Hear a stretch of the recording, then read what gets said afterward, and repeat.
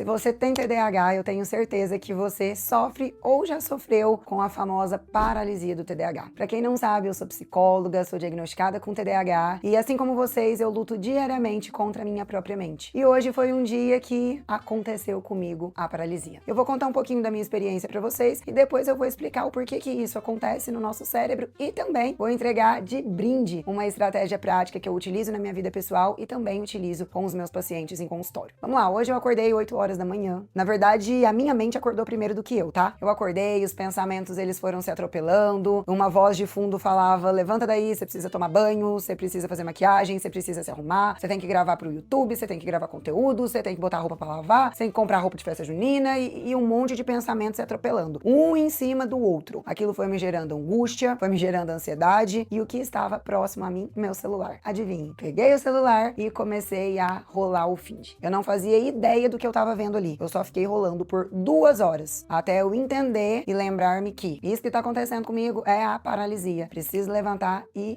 botar em prática a estratégia que eu tanto ensino para os meus pacientes. E vamos lá para a explicação científica do porquê que isso acontece. A paralisia executiva é quando o cérebro recebe tanta informação, tantas demandas ao mesmo tempo, que ele simplesmente não consegue escolher por onde começar. E quando ele não consegue escolher, o que acontece? Ele trava. E reparem bem o que eu disse aqui, viu, gente? Trava, não desliga. A mente, ela continua ligadíssima, os pensamentos continuam se atropelando, só que o corpo não consegue transformar nenhum desses pensamentos em ação. E para entender por que isso acontece, a gente precisa falar de uma região do cérebro que se chama córtex pré-frontal. Pensa nele como o maestro da nossa mente. É ele quem organiza os nossos pensamentos, que controla os nossos impulsos e decide o que é prioridade e o que pode esperar. No cérebro de quem tem TDAH, essa região funciona de um jeito diferente. Estudos de neuroimagem mostram pra gente que o córtex pré-frontal tem menor atividade em pessoas com TDAH. E isso significa que, sem o maestro funcionando direito, não tem quem regule a orquestra. E cada pensamento, cada tarefa,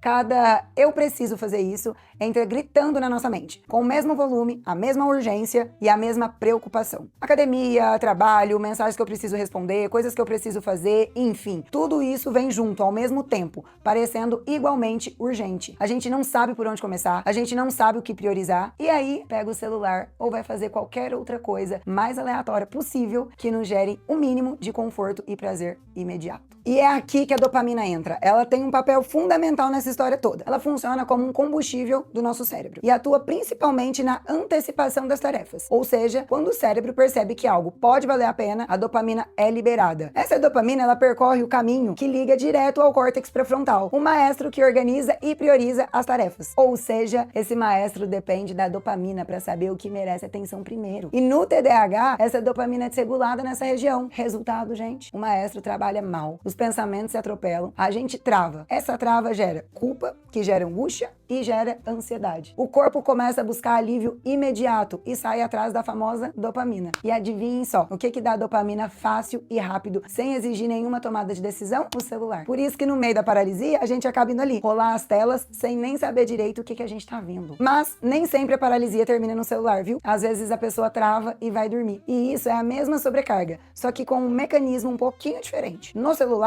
o cérebro ainda está em alerta, caçando estímulo e dopamina rápida. Quando a saída da pessoa é dormir, significa que o corpo se desligou por completo. Isso costuma acontecer quando a ansiedade gerada pela paralisia já consumiu tanta energia cognitiva que a única saída que resta é o desligamento. Quase que um meio de proteção do sistema nervoso. Uma informação importante: dormir nesse contexto não é igual a descansar bem, viu? Muitas vezes o sono é fuga, não é um sono restaurador. Então a pessoa acorda ainda mais exausta porque o corpo não estava processando o descanso, ele estava entrando em colapso. Tá bom, Laura, mas por que você explicou tudo isso? Vamos lá.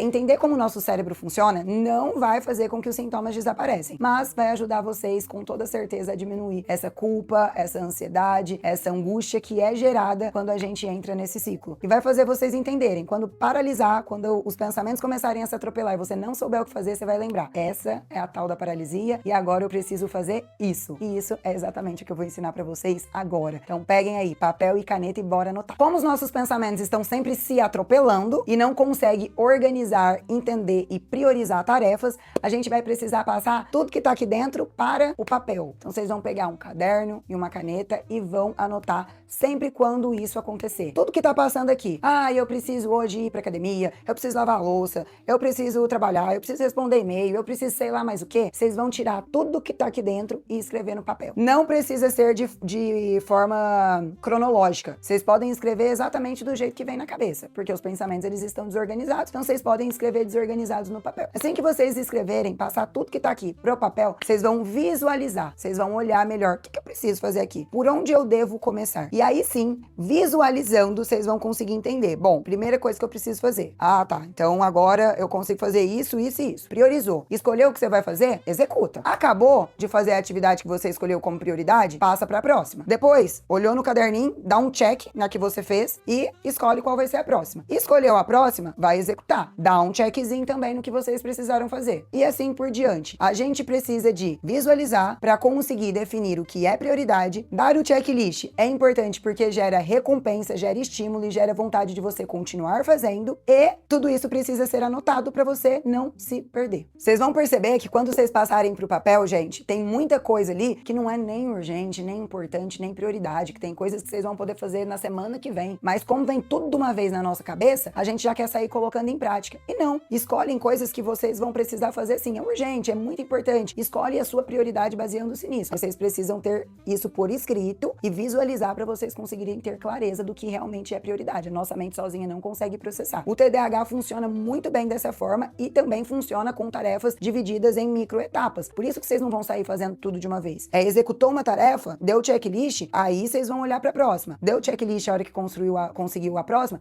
aí vocês passam para outra. Vai executando uma tarefa de cada vez. Senão, a gente paralisa mesmo, tá? Então, pra gente finalizar, lembre-se, você não é preguiçoso, você não é procrastinador, você não é perdido, você só tem um cérebro que funciona diferente e precisa de algumas estratégias que ninguém nunca te ensinou. Então, coloca isso em prática que eu acabei de te dizer e depois me conta se deu certo. Pra quem ainda não me segue, meu Instagram é psi.laurasoares, lá eu posto conteúdos diariamente e eu também tenho uma comunidade gratuita para adultos com TDAH, onde eu posto dicas, falo sobre os sintomas do transtorno, também passo estratégias e uma vez por mês a gente tem aulas ao vivo. Se você se interessou, entra lá na comunidade, o link fica na minha bio do Instagram e eu encontro vocês, espero muito ter ajudado. Ai, meu TDAH aqui já esquecendo, viu? Se inscreva aqui no meu canal, curta esse vídeo, compartilhe com mais pessoas que vocês acham que pode ajudar. Eu sou nova por aqui, então eu conto com a ajuda de vocês para crescer e trazer cada vez mais conteúdos como esse e de muita informação para pessoas que realmente precisam, não conseguem se autorregular sozinho, porque ninguém consegue, né? E eu acredito que eu posso ajudar muito. Um beijo, agora sim.